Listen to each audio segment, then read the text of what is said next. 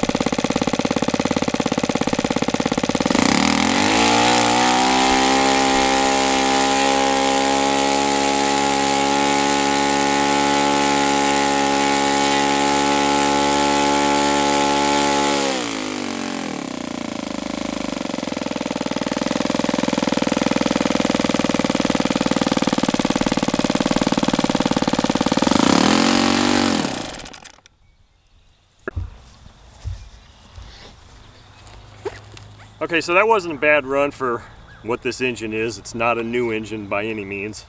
It's the Enigma engine, so there were some things that I just didn't know about it. But it didn't feel like it had a lot of compression initially, but it certainly has really nice compression now. So the other things I noticed on the run was I started getting some black leakage from here. Now, remember, if you remember from the video, I installed these ceramic bearings from Boca. I did not remove shields on any of them, especially even the rear.